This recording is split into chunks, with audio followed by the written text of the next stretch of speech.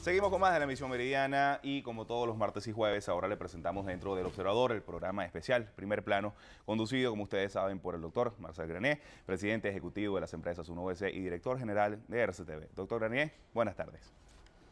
Buenas tardes, Pepe, muchas gracias. Nuestro invitado de hoy es el diputado Calixto Ortega. El Zulia está en primer plano, sobre todo con esas declaraciones tan interesantes que nos dio el gobernador el domingo pasado. Dice el gobernador que Cuba está recibiendo más apoyo de Venezuela que el Zulia. ¿Por qué?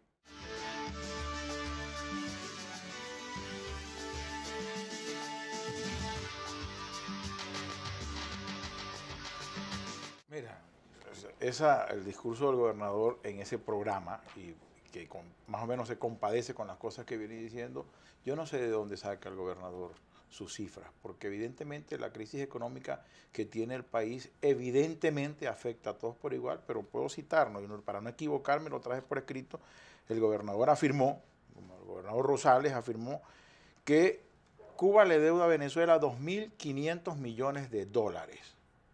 Y si ponemos el promedio del precio del barril a $23 a 40.000 barriles diarios, eso nos da 8 años.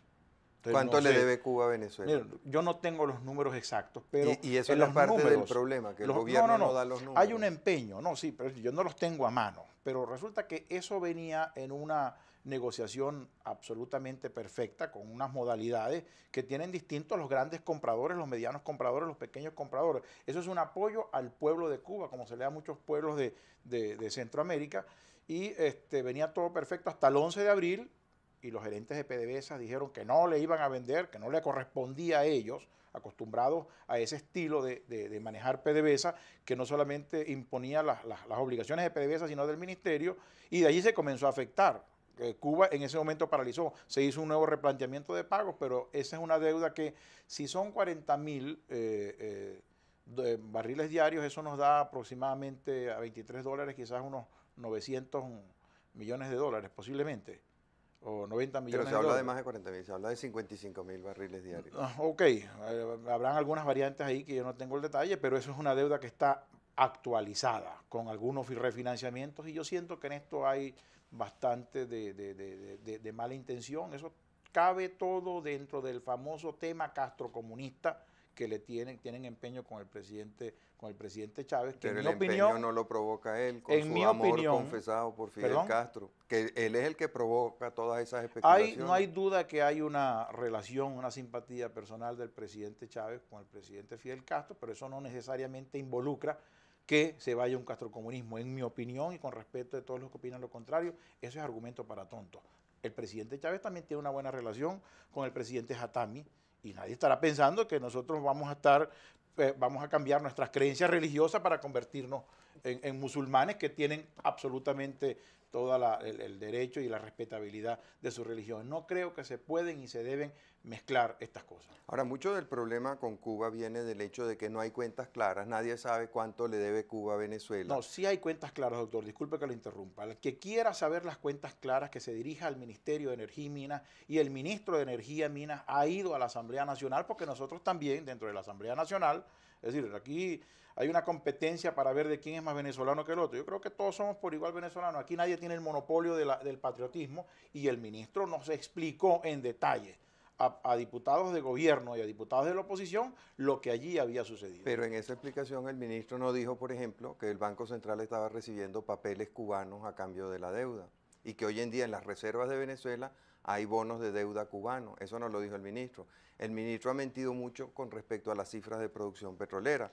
El ministro ha dicho que Venezuela está produciendo 2 millones y pico de barriles. Eso es falso. Mire, cuando el presidente Chávez hace un anuncio con respecto a que ya no están vigentes las condiciones de fuerza mayor para cumplir con los compromisos exteriores, eso es una afirmación la cual yo no puedo poner en duda, sobre todo si sobre esa afirmación ahora los clientes van a exigir el cumplimiento. Y mal pudieran estar haciéndose una afirmación de esa naturaleza si después no se podrá hacer cumplimiento de las obligaciones. Yo creo que, mire, todos los gobiernos tienen problemas, todos los gobiernos tienen inconvenientes. Hay todo un discurso me disculpe usted, mediático, con una gran fuerza mediática, donde la gran fortaleza de la oposición son los medios de comunicación y la gran debilidad del gobierno también es la comunicación. Entonces hay todo un empeño en una campaña de descrédito, de descalificación y errores que siempre han existido. Problemas que siempre han existido, doctor Granier. Yo soy abogado en ejercicio, yo lo único que he hecho es ser abogado en ejercicio, ahora soy parlamentario, viviendo en el Zulia, y yo estoy, desde que me gradué, visitando las cárceles de Venezuela. Esos que están presentando hoy día en televisión, yo todos los días lo he visto durante 27 años que tengo grado de abogado. Hubo una desgracia en el estado Zulia hace 8 o 9 años atrás, se me pierde un poco en la memoria, donde hubo más de 100 muertos en la cárcel por un incendio que se produjo dadas las condiciones de insalubridad, de inseguridad. ¿Qué sucede? Que en las cárceles de Venezuela, igual que en muchos aspectos de Venezuela, tenemos fallas estructurales que no son justamente, vamos a decir, una responsabilidad de este gobierno. Este gobierno tendrá su cuota de responsabilidad, pero las estructuras vienen deterioradas desde hace muchísimo tiempo, pero se quiere hacer ver que así como que todo antes estaba perfecto y ahora estamos viviendo todas las calamidades por un lado, y ese es un error estratégico en la percepción con la cual se maneja la oposición, y por eso es que hoy vemos que tenemos una oposición, todo gobierno democrático. Yo defiendo el carácter democrático del gobierno. Este gobierno ha sido más democrático que muchos gobiernos anteriores, con todas las fallas que puede tener. Se presentan circunstancias bajo las cuales, pues sencillamente, cosas, que repito, que existen desde hace muchos años, problemas de cárceles, problemas de la guerrilla con Colombia, eso existe desde hace muchos años, pero ahora se quiere hacer ver como que este es un problema que solamente existe a partir de este momento. No, yo creo que mucha culpa de ese discurso la tiene el presidente Chávez, porque el presidente Chávez, desde que llegó, empezó a hablar sapos y culebras de los 40 años de lo que él llamó el puntofijismo o la Cuarta República, con lo cual, aparte de su acostumbrada demostración de ignorancia, porque la Cuarta República no empezó hace 40 años y el puntofijismo no duró 40 años, pero con ese discurso de tratar de descalificar todo lo que existía antes que él sembró todos los elementos necesarios para que ahora, después de 4 años de muy mal gobierno, la gente le pase la cuenta. Yo le sugeriría al presidente Chávez, para que se ilustrara un poquito, que se leyera un ensayo maravilloso del profesor Germán Carrera Dama, donde él hace un análisis del siglo XX venezolano. Y en ese análisis del siglo XX venezolano, él demuestra cómo Venezuela es un país infinitamente mejor al final del siglo XX que al principio del siglo XX, en materia política, en materia económica, en materia cultural, en materia educativa, en materia social. Toda la cantidad de cosas que hemos tenido nosotros en el país, entonces, pero doctor, disculpe. Entonces, si el presidente, en lugar de dedicarse sistemáticamente a descalificar a todo venezolano que ejerció el poder antes que él, mientras hace grandes loas de Fidel Castro, estudiara un poquito más de historia de Venezuela, se informara un poquito más antes de opinar y tratara de hacer un gobierno para todos los venezolanos y no para los incondicionales de él, hoy en día tendría un país mucho mejor, un gobierno mucho mejor visto y un país mucho más tranquilo. Y no estaríamos los venezolanos, chavistas y antichavistas, planteándonos la necesidad, como se está planteando, de una salida electoral, democrática, pacífica y constitucional, porque esta situación la inmensa mayoría de los venezolanos la considera insostenible. Miren, muchas ideas soltó usted en su intervención y yo, haciendo uso de mi libertad de expresión y con mucho respeto, le digo que el lenguaje del presidente en muchas oportunidades responde a un discurso defensivo en ocasión, porque lo que acaba de decir usted también es un lenguaje descalificador. Cuando usted tilda del presidente de ignorante, cuando usted dice que el presidente tiene que ver una cosa o la otra, de alguna manera lo que está es también utilizando un lenguaje descalificador, pero yo creo que aquí todos nos tenemos que llamar. Yo digo que es ignorante. O sea, quien diga que la Cuarta República empezó en el 58 es un ignorante, porque la Cuarta República no empezó en el 58. En el 58 comenzó lo que se denominó el Pacto de Punto Fijo. Okay. Realmente, si nosotros nos ponemos a hacer un análisis histórico, con toda seguridad vamos a conseguir inconvenientes de lo que sucede en el país desde el momento de la colonia. Pero quien diga que en los 40 años de gobierno que precedieron al gobierno del presidente Chávez fueron de puntofijismo es un ignorante. porque hubo muchísimos gobiernos que no tuvieron nada que ver con el punto fijismo. El gobierno de Luis Herrera Campín no tuvo nada que ver con el punto fijismo. Los dos gobiernos de Carlos Andrés Pérez Pues no tuvieron mire, nada que ver con el punto fijismo. El gobierno de Caldera, ya salido de Copey posiblemente, y con el chiripero, no tuvo nada que ver con el punto posiblemente fijismo. hay un punto fijismo latu sensu y un punto fijismo stricto sensu, pero bueno, si de alguna manera todo eso se tiene que ver, es una manera fácil de calificar cuando se hace, de ubicar a la gente en el tema del punto fijismo, pero no hay duda, el doctor Marcel, que desde el año 58, cuando se hicieron aquellos acuerdos que hicieron que prácticamente Acción Democrática, Copey y RD en su momento y otros partidos posteriormente se dividían en cuotas el Poder Judicial, el Poder Ejecutivo, un poco también para deslastrarnos de las costumbres que imperaban dentro de las dictaduras. Pero bueno, lo que fuere.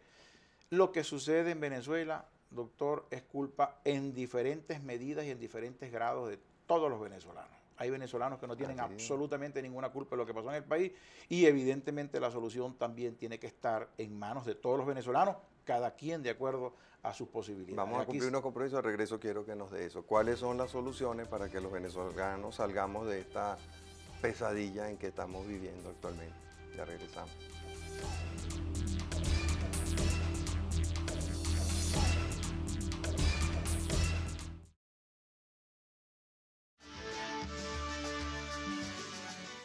Entonces, ¿cómo podemos salir de esto? Bueno, yo hablo a veces de que estamos obligados todos, doctor, a conseguir fórmulas mágicas para ver cómo nosotros volvemos a un proceso donde los venezolanos no nos miremos unos a otros como enfrentados, que cada quien maneje como manejamos usted y yo en este momento nuestras posiciones distintas, ¿no? A mí me percibe la gente como y lo soy efectivamente, un aliado del gobierno, a usted lo perciben como un aliado de la oposición. Y eso es absolutamente perfecto y válido, pero lo que sí no podemos es tratar de profundizar los problemas o aferrarnos a las diferencias en lugar de más bien tratar de consolidar las cosas en las cuales tenemos acuerdo. Y dentro de estos temas, por ejemplo, es insoslayable, no se puede pasar por alto el tema del paro petrolero que hubo en el país. Yo estoy totalmente convencido de que nadie, absolutamente nadie, tenía ningún derecho a hacer lo que la industria petrolera se le quiso hacer y se le hizo, porque se logró hacer un daño importante a la industria petrolera, pero aparentemente todo apuntaba a que el daño fuera mayor. Incluso yo soy de los que estoy convencido de que dentro de este grupo de personas que en PDVSA han perdido sus trabajos, ahí solo hay adultos y cada quien asume su responsabilidad. Muchos, lo sé de primera mano, que fueron sorprendidos en su buena fe y jamás esperaban que esto fuera a ser un paro de dos, 3 días, de más de 5 días. Pero posteriormente que arrancó el paro, les prometieron a las personas, a mucha gente, que a Chávez el único propósito del paro petrolero era derrocar al presidente Chávez. Y ahí sí había que hacer un referéndum para preguntarle al país si estaba de acuerdo o no estaba de acuerdo con que el paro se diera. El paro petrolero, el sabotaje petrolero en menor medida, porque yo también establezco una diferencia entre los que tomaron la decisión de pararse y abandonaron sus puestos de trabajo, pero también quienes asumieron una actitud agresiva en contra de la industria petrolera. Pero allí, desafortunadamente, doctor, tengo que decirlo, estoy en la casa de un medio de comunicación, también los medios de comunicación se plegaron absolutamente 24 horas al día en una campaña que en definitiva no dio resultado. Y no da resultado, doctor, porque resulta que el pueblo, la masa, percibe que los propósitos que, independientemente de los inconvenientes y de las muchas fallas que se tienen, está buscando el presidente Chávez, el equipo de gente que lo apoya, es de alguna manera tratar de satisfacer. Y eso no lo puede hacer solamente el gobierno. Eso lo tiene que hacer de común acuerdo, no el gobierno, la oposición, el grueso de personas que están en el medio, que son independientes, pero absolutamente la empresa privada, que cada quien se dedique al rol que le corresponde. Cada quien, aquí estamos medios de comunicación social devenidos en actores políticos, gente del sector económico devenidos en sectores políticos, y es por eso que esto, lejos de consolidar un grupo de oposición con el cual se pueda dialogar válidamente, más bien lo que ha establecido es una confusión donde la oposición prácticamente se están a sí mismo torpedeando. ¿Y cuál va a ser la solución? ¿La enmienda o el referéndum Bueno, revocatorio? yo particularmente creo que, primero, definitivamente nosotros vamos a unas elecciones. ¿Cuándo exactamente? No lo sé. Constitucionalmente está previsto un referéndum a partir del 19 de agosto, que de acuerdo a lo que se ha conversado con el presidente Carter, pudiera ser el 19 de agosto, 45 días más. Eso es lo que está en la Constitución. Pero resulta que en la Constitución también está la posibilidad de una enmienda a objeto de unas posibles elecciones. Yo voy a hablar en nombre de Calixto Ortega, yo no voy a hablar en nombre porque yo no tengo la vocería autorizada del Movimiento Quinta República. Entre esas dos opciones yo me inclinaría por unas elecciones generales, porque eso es lo que nos ayudaría a definir absolutamente. Esas serían antes del 19 de agosto. Yo no sé si habrá tiempo para unas elecciones generales, gobernadores, alcaldes, Asamblea Nacional, Consejos Legislativos, hasta allí, hasta ese nivel, para no enredar más el tema, daría oportunidad. Tiene que pasar forzosamente por la decisión de la modificación del Consejo Nacional Electoral, que ya eso está más o menos en camino, y también, doctor, la elección tiene que ser el punto final del camino que tenemos que recorrer para la solución. No podemos equivocadamente cifrar las esperanzas de la solución del país en unas elecciones que estoy absolutamente seguro que el presidente Chávez las va a volver a ganar. Pero la elección tiene que ser el punto final. Previo a eso, tiene que haber una cantidad de avances donde está la reconciliación, donde está el encuentro en los factores que el país necesita, el acordarnos en las cosas que, en los males estructurales que viene sufriendo el país hace mucho tiempo, salud, educación, seguridad, y después que más o menos allí se haya vislumbrado a soluciones aparentes o se hayan implementado, se vaya a una elección, porque si no, doctor, posiblemente, lejos de convertirse en una solución las elecciones, se nos pueden convertir en un problema mayor. ¿Quién se está ocupando de esas conversaciones para establecer los acuerdos necesarios para que haya gobernabilidad en el país? Bueno, por un lado, no creo que, a pesar de que no es una función concreta y específica de la mesa de diálogo también, los actores que ahí están, que representan al gobierno y que la oposición también se sienta representada, podrían perfectamente abordar esos temas. Pero no y se la otra reúnen cosa, casi nunca. perdón, bueno, pero por eso le digo, fuera de lo que es el formato para el cual ellos están, pero pues todo tipo de cosas. Nosotros hacemos un llamado, doctor, nuevamente para que se establezca, en mi opinión, no lo vaya a tomar como una insistencia mía o como una pesadez, más que con la coordinadora democrática, con los verdaderos jefes de la oposición, que en mi opinión son los medios de comunicación. La coordinadora democrática es el operador político de los que toman las decisiones. Ahora sí, ya son como demasiadas alusiones. Ese es el discursito de Chávez para él haber no, hecho... ese no es el discursito de Chávez, ese es el discurso mío. Bueno, doctor. entonces usted ha hecho suyo el discursito de Chávez. El presidente Chávez ha abusado de una manera sistemática y reiterada de las cadenas. Ha hecho un promedio de 3 cadenas por semana durante 4 años para ofender y descalificar a todos los líderes de la oposición, para descalificar a los líderes de la CTV, para descalificar a los dirigentes empresariales, sin haberles dado la oportunidad a ninguno de esos líderes de que se expresaran, de que tuvieran el mismo tiempo del que él dispuso para ofenderlos, para descalificarlos, para humillarlos, para vejarlos.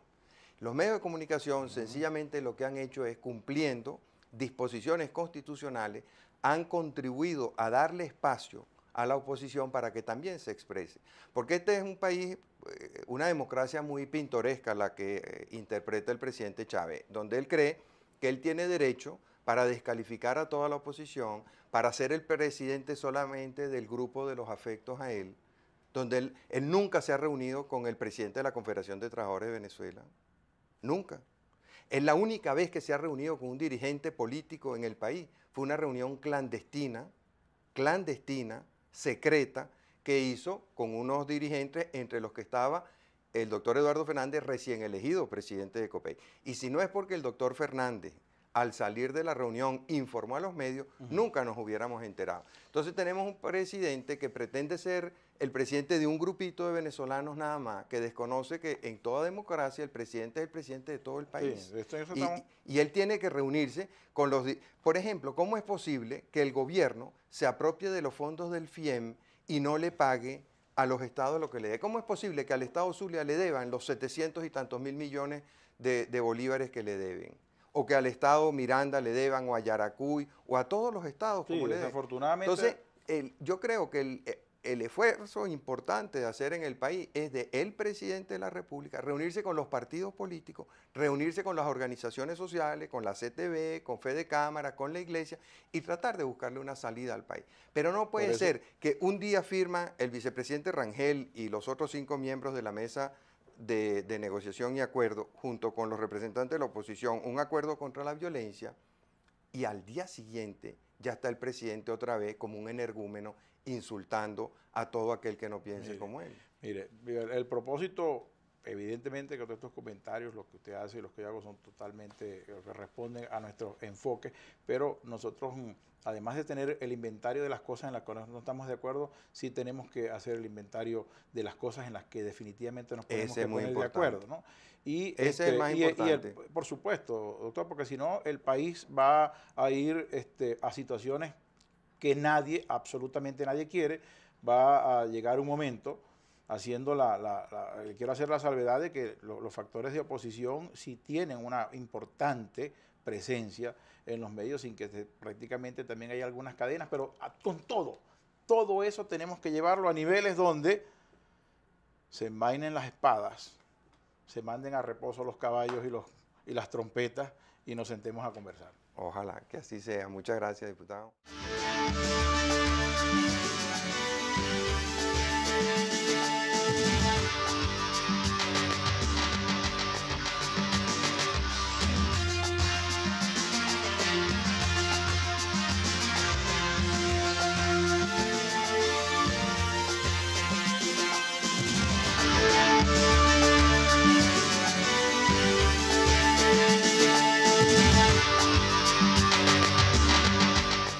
Pero resulta que eso venía en una negociación absolutamente perfecta, con unas modalidades que tienen distintos los grandes compradores, los medianos compradores, los pequeños compradores. Eso es un apoyo al pueblo de Cuba, como se le da a muchos pueblos de Centroamérica, y venía todo perfecto hasta el 11 de abril, y los gerentes de PDVSA dijeron que no le iban a vender, que no le correspondía a ellos, acostumbrados a ese estilo de manejar PDVSA, que no solamente imponía las obligaciones de PDVSA, sino del ministerio, y de allí se comenzó a afectar.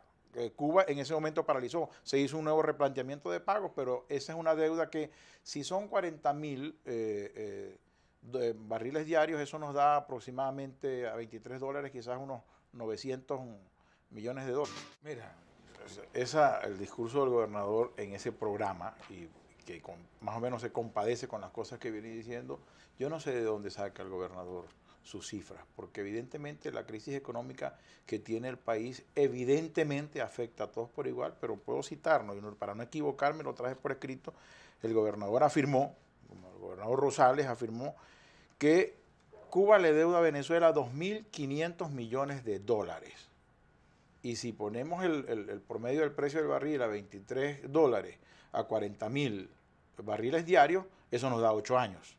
Entonces, ¿cuánto le debe Cuba a Venezuela? Mira, yo no tengo los números exactos, pero y eso es parte del problema, que el gobierno no da los números. Hay un empeño, sí, pero yo no los tengo a mano. Seguimos con más de la emisión meridiana y como todos los martes y jueves, ahora le presentamos dentro del Observador el programa especial Primer Plano, conducido, como ustedes saben, por el doctor Marcel Grané, presidente ejecutivo de las empresas UNOVC y director general de RCTV. Doctor Grané, buenas tardes. Buenas tardes, Pepe, muchas gracias. Nuestro invitado de hoy es el diputado Calixto Ortega. El Zulia está en primer plano, sobre todo con esas declaraciones tan interesantes que nos dio el gobernador el domingo pasado. Dice el gobernador que Cuba está recibiendo más apoyo de Venezuela que el Zulia. ¿Por qué?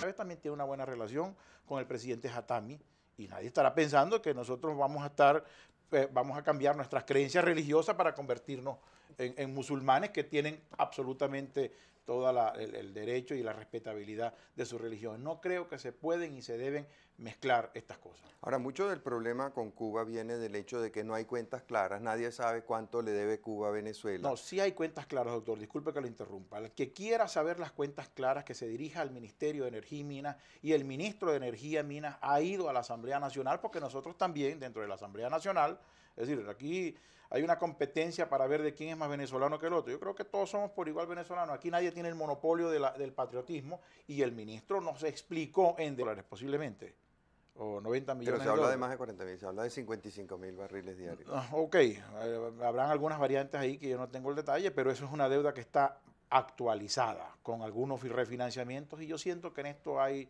bastante de mala intención. Eso cabe todo dentro del famoso tema castrocomunista que tienen empeño con el presidente Chávez, que Pero en el mi empeño opinión, no lo provoca él con en su mi amor opinión, confesado por Fidel perdón, Castro, que él es el que provoca todas esas no especulaciones. hay duda que hay una relación, una simpatía personal del presidente Chávez con el presidente Fidel Castro, pero eso no necesariamente involucra que se vaya a un castrocomunismo. En mi opinión y con respeto de todos los que opinan lo contrario, eso es argumento para tontos.